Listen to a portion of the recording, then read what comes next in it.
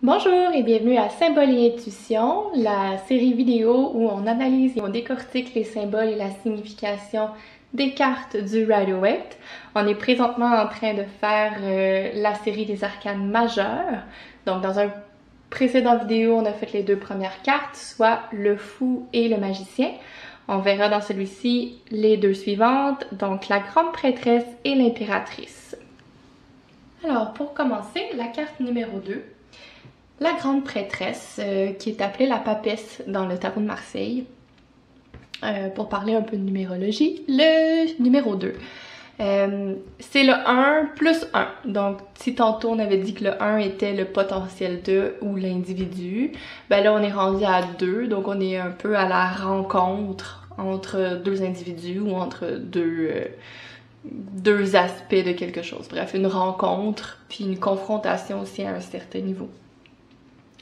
Alors, la grande prêtresse, c'est une carte que j'aime beaucoup, que je trouve très jolie, mais qu'en même temps, j'ai l'impression de pas très bien la saisir. Probablement que c'est voulu aussi, parce qu'il y a beaucoup de significations autour de ce qui est caché, de ce qu'on comprend mal, de ce qui est un peu mystérieux, ce qui va être un peu plus le discernement spirituel, l'intuition, puis l'équilibre intérieur. Donc vraiment, c'est la rencontre de soi. Alors si le magicien, qui est la carte précédente, est l'individu dans l'action, dans le concret, ben la grande prêtresse est son alter ego, si je pourrais dire, dans le sens où elle est la représentation de son moi intérieur.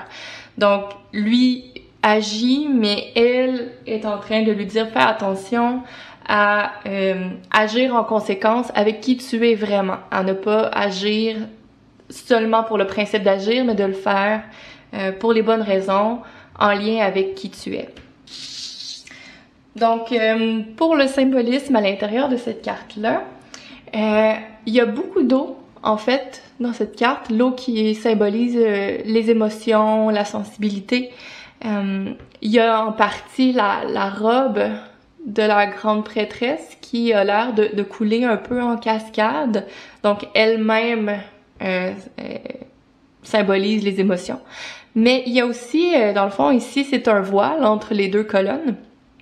Et puis, on peut deviner à l'arrière qu'il y a un plan d'eau. Donc, probablement quelque chose d'assez large, là, qui fait d'un côté à l'autre de la carte, mais qu'on voit très très peu, à moins qu'on s'y attarde de très près. Ça laisse deviner peut-être un océan. Puis la symbolique autour de ça, ben encore l'eau, les émotions, mais un océan, c'est très très grand, c'est très vaste et très profond aussi. Donc la majorité du temps, un océan, ce qu'on peut voir, c'est sa couche superficielle, sa surface, mais difficilement qu'on peut aller jusqu'au fond. Donc ça prend un certain effort, puis une certaine volonté pour se rendre au fond. Il faut s'équiper quand même de manière complète pour aller jusque-là, si c'est possible. Peut-être que c'est même pas possible d'aller jusqu'au fond. Mais bref, une question de profondeur de soi, des émotions, puis de quelque chose de caché aussi à ce niveau-là. Surtout qu'il y a un voile devant. Donc c'est pas c'est encore plus difficile en fait d'y accéder. Ou de le constater plutôt. Il y a aussi beaucoup de lunes sur cette carte-là. Donc il y a la lune au pied de la grande prêtresse. Puis elle a une couronne qui rappelle un peu la coiffe d'Isis, qui est une déesse grecque, mais qui fait un peu aussi croissant, lune pleine, croissant. Donc encore la lune qui renvoie au rêve, à tout ce qui est un peu intuitif, mystérieux. Encore une fois, le rêve, c'est quelque chose qu'on construit nous-mêmes à part entière, qui vient de nous à 100%, mais qu'on comprend très mal et qu'on contrôle pas. Donc encore une fois, quelque chose de mystérieux, de quelque chose d'incompris. Il y a aussi un rouleau dans ses mains. Donc quelque chose qui parle d'un savoir, d'une connaissance, mais il y a une partie de sa robe qui cache une partie du rouleau. Donc encore une fois, il y a quelque chose qui est su, mais quelque chose qui est caché et qui est à trouver, à découvrir en travaillant sur soi. Les deux colonnes ici, blanc et noir, encore comme des contraires, des opposés, font référence au temple de Salomon. Donc, vous m'excuserez la prononciation, je suis pas certaine de comment on le dit, mais B, ce serait pour Boaz, et J, ce serait pour Jachin. Et puis, ça représenterait l'entrée du temple, donc l'entrée des mystères. Donc, une fois qu'on a passé ces piliers-là, on est du côté du savoir, du mystérieux, de tout ce qui est la quête, de comprendre quelque chose qui nous dépasse. Alors qu'à l'extérieur du temple, on est dans le côté concret, normal, banal de la vie.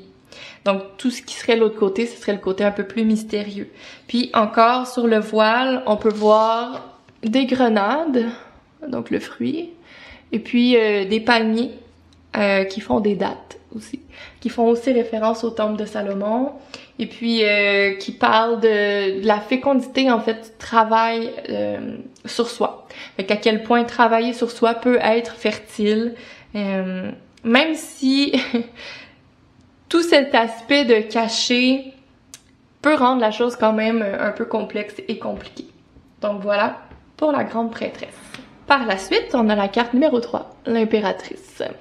Donc, le numéro 3, un peu de numérologie. Si tantôt on avait la rencontre avec le 2 entre deux individus, ben souvent la rencontre entre deux individus va donner un troisième. Donc c'est la créativité, la multiplication, la prolifération, la création au sens propre comme au sens figuré. Par contre, parce que les cartes se répondent souvent dans le tarot, donc ça peut être intéressant, comparativement au magicien, qui lui aussi est dans l'action et dans la création de quelque chose, de passer à l'action, sauf que lui, il utilise des outils à sa disposition, des talents, mais c'est encore au premier niveau. Donc, il le fait, mais de manière, oui, concrète, mais un peu plus superficielle, je dirais. Alors qu'une fois qu'on est passé par aussi la grande prêtresse, on a appris un peu à réfléchir en fonction de soi, à se connaître mieux. Donc, on peut passer à l'autre étape de créer à notre image. Donc, vraiment de créer quelque chose qui nous représente. Donc, pas juste créer quelque chose, mais quelque chose de plus personnel qu'on va presque enfanter, dans le fond. Il y a comme une notion de maternité dans cette carte-là, mais pas nécessairement juste pour maternité concernant les enfants ou la mère, mais aussi quelque chose qu'on va porter pendant un certain temps, comme un projet sur lequel on travaille longtemps, et qui, au final, va aboutir davantage à notre image que ce que le magicien pourrait faire. Et quelque chose qui prend plus de temps aussi que ce que le magicien pourrait mettre en place. Alors, si on revient à la grande prêtresse, non, à l'impératrice, excusez-moi. Donc encore une fois, on a un ciel jaune, donc la création, la prolifération, une énergie mentale positive. D'abord, elle est entourée par la nature, puis une nature très très florissante. Le blé est très abondant, les arbres sont en feuilles, il y a une rivière qui coule, puis elle est assise au milieu de ça, sur un trône, de manière assez confortable, mais en dominatrice quand même. On remarque aussi qu'elle a une position, les jambes légèrement écartées. C'est sûr que sa robe laisse un peu deviner là, la silhouette, mais ça fait assez vêtement de maternité ample. Sa position aussi d'ouvrir un peu plus les jambes, quelque chose qui est un peu plus en lien avec la maternité, la fécondation, la fertilité. Donc elle est probablement enceinte, elle porte probablement quelque chose en elle qui va maturer et éventuellement aboutir, sortir d'elle, si on peut dire. Elle porte un sceptre. Donc le sceptre est souvent associé à, dans les peintures par exemple, à la royauté, à la domination aussi. Donc c'est un signe de domination. La sphère, on pourrait penser qu'elle domine sur la Terre, quelque chose de rond sur la Terre. Donc tout ce qui est matériel, naturel. Elle porte une très belle couronne avec tout plein d'étoiles. En fait, ça pourrait être un signe aussi de domination sur le ciel aussi. Donc il y a 12 étoiles, donc les 12 zodiaques. Donc toute l'année, en fait.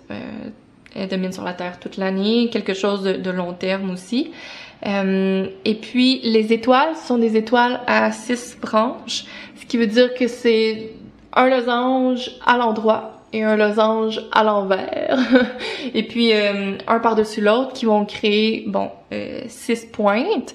C'est un symbole, l'étoile à 6 branches, du principe masculin, donc de l'action, et du principe masculin, donc de recevoir, réception, qui sont ensemble pour quelque chose de complet, de plus fort, de parfait presque, pour créer, pour donner quelque chose de plus grand que soi, plus grand que dans le fond, on passe de 2 triangles, donc de 3 pointes chacun, à un 6 pointes quand on les rassemble, ce qui est plus fort, ce qui est plus beau, ce qui est plus complet, et ce qui dépasse chacun des triangles.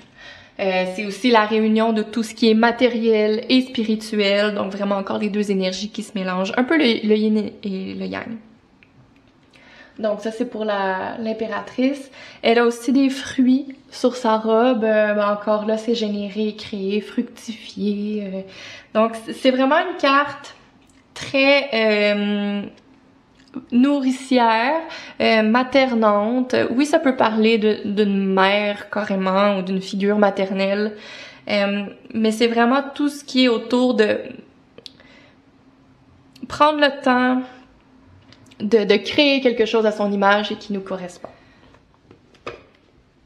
Alors voilà, aujourd'hui on a pu voir 2 cartes féminines, la grande prêtresse et l'impératrice. Alors n'hésitez pas si, encore une fois, vous avez d'autres interprétations ou d'autres symboles ou d'autres façons de voir les choses, n'hésitez pas à m'en faire part, c'est vraiment quelque chose qui me fait plaisir.